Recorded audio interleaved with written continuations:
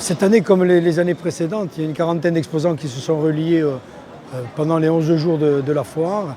On essaie de varier l'offre, donc il y a la charcuterie, le fromage, la bière, le vin, la confiture, le miel. Certainement que j'en oublie, ils ne voudront pas. Puis tous les ans, on privilégie aussi le côté culturel, puisqu'on a amené un peintre, un sculpteur, une femme qui fabrique des bijoux, voilà. Donc on essaie d'avoir une offre variée et riche. Tous les jours, il y a une animation musicale avec des chanteurs corses qui ont fait des déplacements. Et aujourd'hui, on a une conférence sur Pascal Paoli.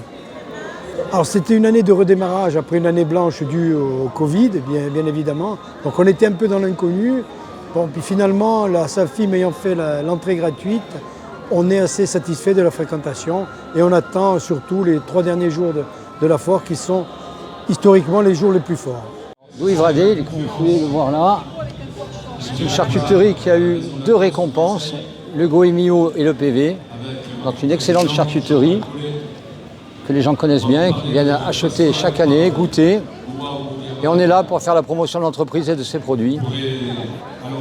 Des bons produits à la base, un très bel affinage, donc des produits goûteux, comme ça par exemple qui est la spécialité de l'entreprise, qui est le filet mignon. Voilà, et une gamme courte, mais cope, londe, prisout et salsicce. Alors nous, on vient chaque année à la foire au Village Corse, depuis le début. Il y a une très belle fréquentation. Il y a une quarantaine d'exposants, pour la plupart des producteurs. C'est organisé par Paul Périnet et Antoine Lovis. Donc une belle fréquentation cette année, de plus l'entrée gratuite. Donc des gens qui viennent volontairement au Village Corse pour déguster les divers produits qui sont représentés. Une belle ambiance, des groupes de musique qui chantent tout au long de la journée. Et voilà, un événement très festif. Je suis le président de la Maison de la Corse et je suis également président adjoint ou vice-président d'une partie de la trentaine d'associations qui font partie de la fédération.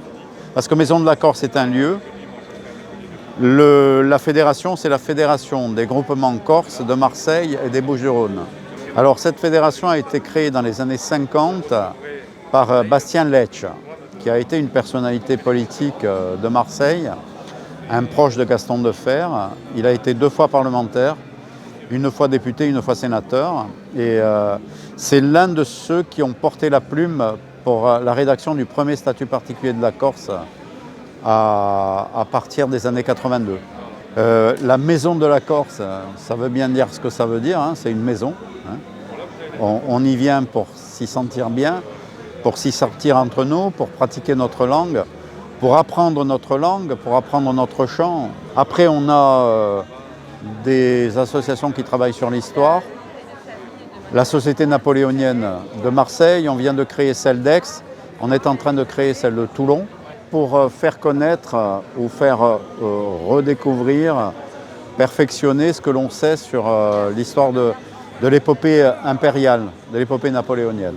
D'ailleurs, tout à l'heure, je fais une conférence pour quelqu'un qui a été contemporain de la famille Bonaparte, Pasquale Barlu, c'est Uomo di Abadria, le père de la patrie, puisque c'est sous son égide qu'a été obtenu l'indépendance de la Corse entre 1755 et 1769. Voilà.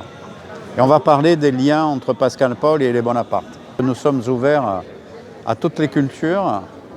Par exemple, là, nous venons de terminer une exposition sur le 11 septembre 2001 avec l'association France-États-Unis.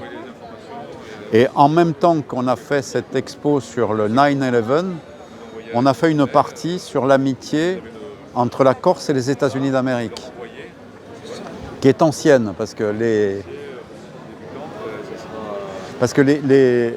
États-Unis d'Amérique ont obtenu leur indépendance, les insurgés, en 1787, si mes souvenirs sont bons. Et la Constitution des États-Unis d'Amérique de 1787 ressemble beaucoup à la Constitution corse de 1755, de novembre 1755.